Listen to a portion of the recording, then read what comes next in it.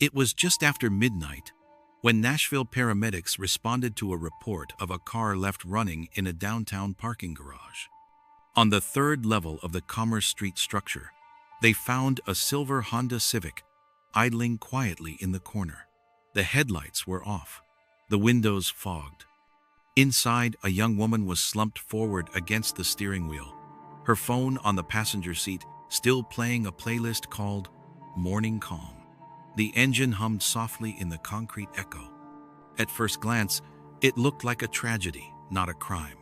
Maybe exhaustion, maybe a medical emergency. When police arrived, they taped off the area, photographed the scene, and started their report. Another sad, lonely accident in the city. But 2 days later, when detectives sat in a dimly lit office and pressed play on the garage's security footage, everything changed. What they saw on that screen turned a simple accident into something deliberate. It wasn't mechanical failure. It was murder. Her name was Alyssa Hartwell. She was 27 years old, a registered nurse at Vanderbilt University Medical Center, known for her easy laugh and the way she always brought homemade cookies for the night shift. Friends called her Sunlight in Scrubs. Born in Franklin, Tennessee on June 18, 1997, she was the youngest of 3. Her mother, Caroline Hartwell, later told reporters, "She patched up her dolls when she was a kid. I always knew she'd help people for a living." Alyssa's apartment in East Nashville was small but warm. Second-hand furniture, plants on every windowsill, Polaroids clipped along string lights. She loved iced coffee even in winter and Sunday hikes at Radnor Lake. Her cat, Clover, followed her everywhere. On social media, she posted sunrise photos, silly dance clips, and quotes about kindness. To most who knew her, she was happy, grounded, the type of woman who made others feel safe. But behind that smile, there were small fractures no one noticed until it was too late. Alyssa met Dylan Reeves in February 2023 at a hospital fundraiser. He was 32, a paramedic for a private ambulance company, tall, self-assured, funny in that practiced way that draws people in. He told her he admired nurses, that he knew how much they sacrificed. Within weeks, he was showing up at her job with coffee, leaving notes on her windshield. By March, they were inseparable dinners on Broadway, late-night movies, lazy mornings spent talking about the future. Her best friend and co-worker, Jenna Morales, remembers. He seemed perfect, the kind of guy you dream about. He treated her like she was the only person in the room, but perfect didn't last long.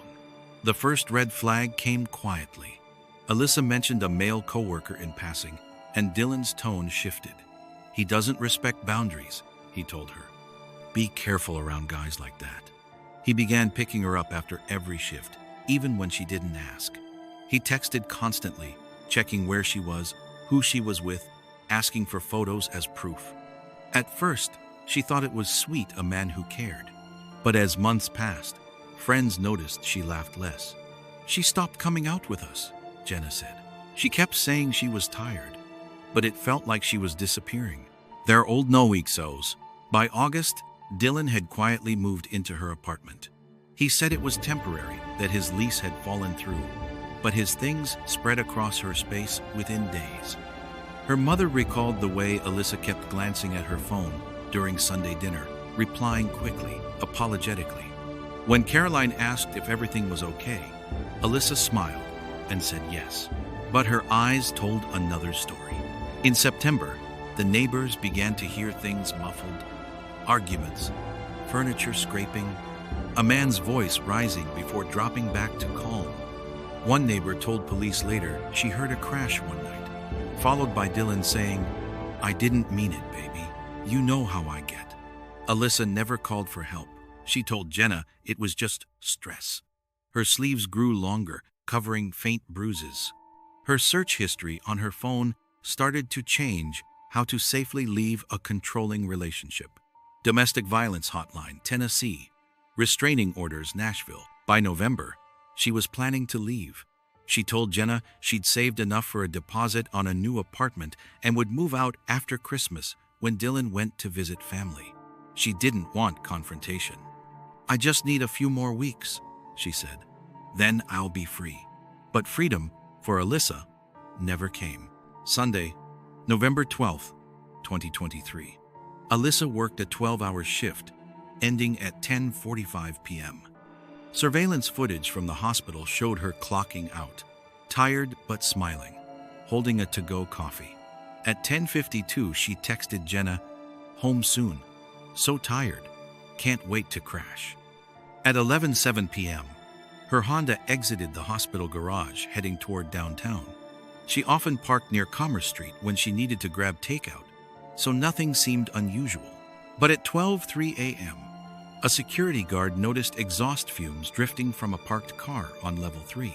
The silver Honda's engine was still running. When paramedics broke the window, they found Alyssa unresponsive. Her Apple Watch had stopped recording a heartbeat at 11:41 p.m. There were no signs of struggle, no visible wounds. Her purse and phone sat neatly beside her. Police concluded carbon monoxide poisoning caused by a mechanical failure. "Tragic accident," the first report read. But Detective Ethan Ward of Metro Nashville PD wasn't convinced. "Nothing added up," he later said. She had no reason to be parked there that long, and the scene looked staged. He requested the full security feed from the garage. The video was nearly 4 hours long. Most of it showed empty concrete.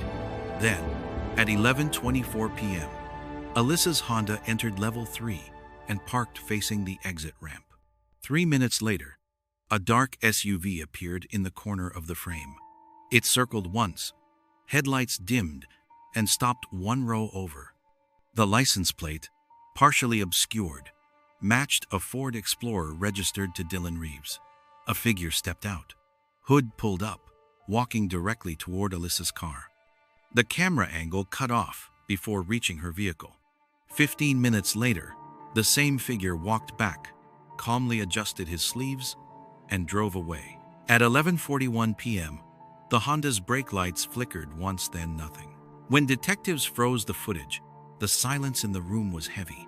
It was clear Alyssa hadn't been alone that night. What looked like an accident had been engineered. On November 14th, investigators returned to the garage with a search warrant. Forensics lifted Dylan's fingerprints from the driver's side handle and steering wheel. They found residue inside the tailpipe, traces of duct tape adhesive used to seal it shut.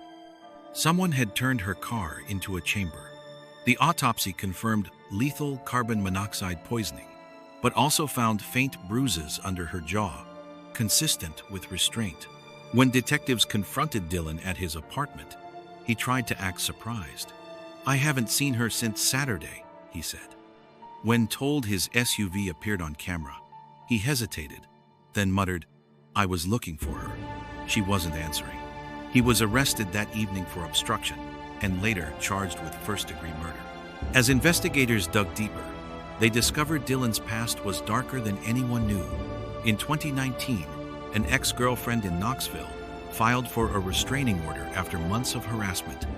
Another in 2021 accused him of stalking and breaking into her apartment, but she moved out of state before charges stuck. He knew how to play calm, Detective Ward said, how to sound rational while controlling everything around him. Text messages recovered from Alyssa's phone painted a chilling picture of her final weeks. "If you leave me, you'll regret it. You're mine, even if you don't want to be."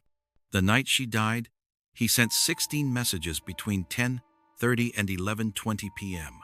The last one read, "We need to talk tonight. I'm outside." The trial began in June 2024 at the Davidson County Courthouse. The prosecution, led by Lauren Chase, described the act as a calculated murder disguised as an accident. She told the jury he weaponized her car and made it look like she did it to herself. The defense claimed Alyssa had been depressed, overwhelmed by hospital stress. But witnesses dismantled that claim. Jenna Morales took the stand, tears trembling in her voice. "She wasn't suicidal," she said. "She was scared of him. She told me she was leaving after Christmas." Then prosecutors played the footage, 37 seconds of grainy video. Dylan's hooded figure approaching the car. His calm retreat minutes later.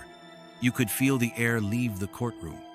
Forensic experts explained how the duct tape seal would cause fatal buildup within 20 minutes. His fingerprints on the steering wheel placed him inside. After 5 days of deliberation, the jury returned a verdict: guilty of first-degree murder. Dylan Reeves was sentenced to life in prison without parole. As the verdict was read, he showed no emotion.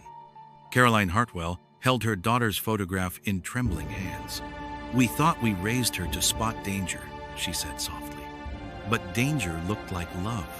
Outside the courthouse, cameras flashed. Jenna spoke briefly to reporters, her voice shaking. "If you're scared of someone who says they love you, please tell somebody. Don't wait." On the first anniversary of Alyssa's death, hundreds gathered outside Vanderbilt Hospital for a candlelight vigil. Nurses in scrubs stood shoulder to shoulder as her favorite song, "Yellow Light," played through portable speakers. White balloons drifted into the November sky, each carrying a handwritten note: "You are loved. You are remembered." Her cat, Clover, lives now with her mother. The apartment remains untouched, a quiet museum of the life she left behind. In the months that followed, the Hartwell family channeled their grief into purpose. They launched the Breathe Safe Foundation, teaching women how to recognize early warning signs of coercive control and funding emergency stays for those fleeing abusive relationships. Within its first year, the program helped more than 200 survivors find temporary safety. Their mission statement reads, "No goodbye should be final because help came too late." That same year, Tennessee lawmakers passed Alyssa's Law, requiring extended retention of parking garage surveillance footage and mandatory forensic review for any unexplained vehicle death. During the bill's signing, Detective Ward stood in the back of the room, silent. Later, he told a journalist, "That footage didn't just solve a case, it gave her family the truth. Sometimes justice is hiding in plain sight. You just have to look closer."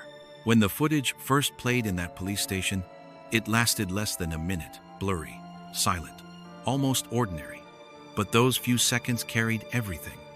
It was proof of what love twisted into control can do when no one's watching.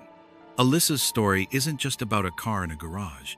It's about the fragile boundary between protection and possession, about how easily care can curdle into control, and how often warning signs go unseen until they're irreversible.